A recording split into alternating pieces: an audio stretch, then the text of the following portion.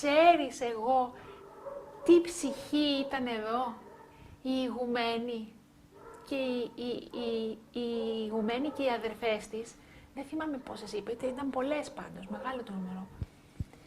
Λέει, με περιμένανε και τα είπαμε πολλά. Εγώ να δεις αυτές θα τις κάνω ορθόδοξες. Είχαν ταξιδέψει οι γονείς μου στην Ιταλία μαζί με τον παππούλη. Και ταξιδέψανε οδικός. Ο μπαμπάς μου συχνά ταξίδευε στο εξωτερικό για να παρακολουθεί, ήταν πολιτικός μηχανικός και παρακολουθούσε διάφορες εκθέσεις που γινόντουσαν στο εξωτερικό. Έτσι λοιπόν του είπε, πάτερ μου θα πάμε στην Ιταλία, θέλεις να έρθεις? Ο παππούλης έμπαινε στο αυτοκίνητο και πήγαινε. Και ο μπαμπάς άλλο που δεν ήθελε να οδηγάει, γενικώς του άρεσε. Και έτσι λοιπόν ξεκινήσανε και φύγανε και πήγανε με τη μαμά και τον μπαμπά στην Ιταλία. Περνώντας τα σύνορα επάνω, μπαίνοντας στην Ιταλία, τους λέει στρίψε από εδώ και ανεβήκανε και έδειχνε προς ένα βουνό. Και του λέει παππούλη μου, του λέει πού να πάμε, από εκεί δεν έχει δρόμο. Βρε στρίψε σου λέω, του λέει, που δεν έχει δρόμο, αφού σου το λέω εγώ. Και συνεχίσανε. Ανεβαίνανε, κακοτράχαλα, ο μπαμπάς ήταν πολύ καλός οδηγός, έμπειρος, αλλά του λέει, πάτερ, πάμε και εδώ είναι ερημιά. Μα άκου που σου λέω ευλογημένε, του λέει, προχώρα. Ξέρω εγώ, μα πού ξέρεις, πού θα χαθούμε εδώ πέρα, δεν είναι εύκολο. Και τέλος πάντων, παρόλη την κρίνια του, προχωρήσανε. Και μόλις ανεβήκανε το βουνό, κατεβαίνοντας, βρεθήκανε μπροστά σε ένα μεγάλο μοναστήρι. Δεν θυμάμαι το μέρος, δεν θυμάμαι, γιατί ήμουν παιδάκι κι εγώ τότε και δεν τα θυμάμαι ακριβώς, αλλά η σημασία έχει ότι βρεθήκανε σε αυτό το μοναστήρι, ο πατέρας μου κατέβηκε από το αμάξι, εδώ ήθελες να έρθουμε, ναι, λέει, εδώ με περιμένουν. Ποιος σε περιμένει, πάτερ, του έκανε και ο μπαμπάς ήταν έξυπνος άνθρωπος και με χιούμορ. Και του λέει, γιατί έχεις κανένα κρυφό ραντεβού εδώ πέρα?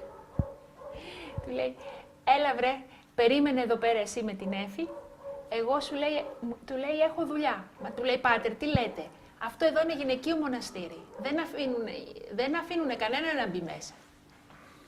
Του λέει, κάνε εσύ αυτό που σου λέω. Κατεβαίνει από το αυτοκίνητο, βγαίνει, πάει στην πόρτα, του ανοίγουνε, τα χάσε ο μπαμπάς και μπαίνει μέσα και χάνεται μέσα. Γιατί φυσικά δεν ανοίξανε στον μπαμπά και στη μαμά. Μετά από ώρες βγήκε ο παππούλης. Του λέει, τι κάνατε πάτερ τόσες ώρες εκεί μέσα, εμείς ανησυχήσαμε, του λέει. Ο παππούλης ήταν, λέει, πάρα πολύ χαρούμενος και επειδή καταλαβαίνω πώς θα ήταν χαρούμενος,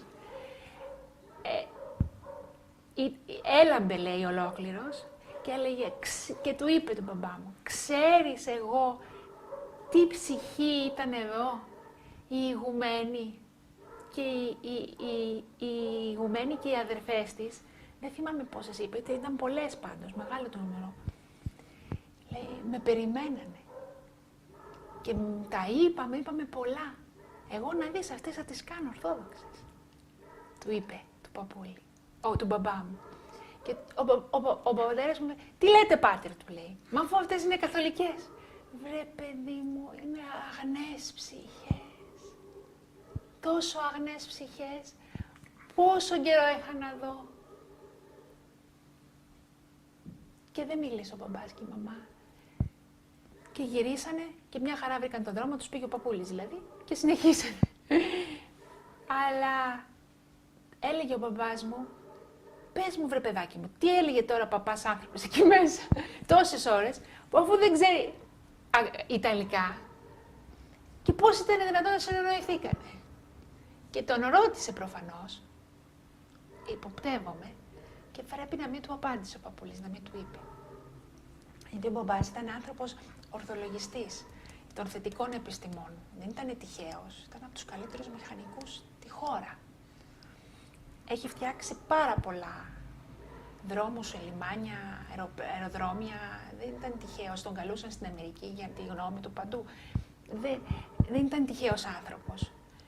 Και το λέω όχι γιατί καμαρώνω και για τον μπαμπά μου, αλλά για να σας πω ότι ακόμα και όταν είσαι πάρα πολύ έξυπνος, δεν σημαίνει ότι καταλαβαίνεις. Χωρίς χάρη δεν γίνεται. Και σας το λέω γιατί το να ζεις δίπλα σε έναν Άγιο,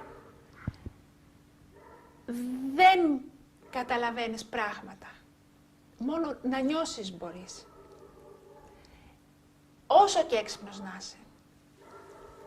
Γιατί ο μπαμπάς μου ήταν νευροπαθής, 25 χρόνια έκανε αιμοκάθαρση. Και πριν αρρωστήσει, τον παρακολουθούσαν γιατί είχε προβλήματα με την καρδιά του. Μεγάλα ονόματα γιατρών. Τα top. Και εκεί που πηγαίναμε σε ένα μοναστήρι με τον παππούλη, ήμασταν όλα μαζί τα παιδιά, νομίζω στη Μαλεβή ή στο Κρανίδι, δεν θυμάμαι. Θυμάμαι τον παππούλη που του έδωσε, γιατί εγώ ήμουνα και το ζυζάνιο της οικογένειας και καθόμουν στη μέση, στο πίσω κάθισμα και ήμουνα συνέχεια μπροστά. Και θυμάμαι ξαφνικά τον παππούλη που του έδωσε στα χέρια του, όπως οδηγούσε ο μπαμπάς, τρεις σφαλιάρες, όχι στα χέρια του, του δίνει μία και του λέει «Γιάννη, να πας να δεις τα νεφρά σου». Ξαφνικά, εκεί που οδηγούσε. Και του λέει ο μπαμπάς μου «Τι έγινε, πάτερ, πώς σας ήρθε αυτό ξαφνικά?» Και γέλαγε ο μπαμπάς. «Ακούς τι σου λέω», του δίνει μία, «Ακούς τι σου λέω, Γιάννη, να πας να δεις τα νεφρά σου. Δεν έχεις πρόβλημα με την καρδιά σου. Έχεις πρόβλημα με τους νεφρούς σου». Και γελάει ο μπαμπάς μου και του λέει «Τι λέτε, πάτερ? Παπά, ανακατεύεσαι σε ξένα αμπέλια. Εσύ, παπάς, εγώ έχω τους καλύτερους γιατρούς». Και του ξαναδίνει άλλη μία και του λέει «Γιάννη, ακούς τι σου λέω. Πήγαινε να κοιτάξεις τα νεφρά σου πριν να είναι αργά». Και το θυμάμαι, γιατί μου έκανε εντύπωση.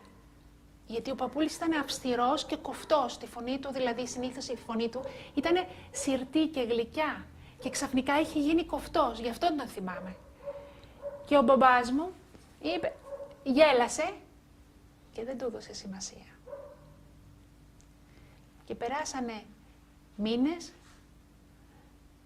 μπορεί και χρόνος και παραπάνω, και έτυχε να πάει στη Γερμανία, να λιποθυμήσει εκεί και να ανακαλύψουν από εξετάσεις ότι δεν είχε νεφρά. Και άλλαξε όλη του η ζωή. Αλλά αν είχε κάνει υπακοή, χωρίς να καταλάβαινε, αν είχε κάνει υπακοή, αλλά είναι εμπόδιο καμιά φορά η μεγάλη εξυπνάδα στον άνθρωπο να πλησιάσει το Θείο. Δεν είναι ο τρόπος με το μυαλό. Είναι αλλιώς.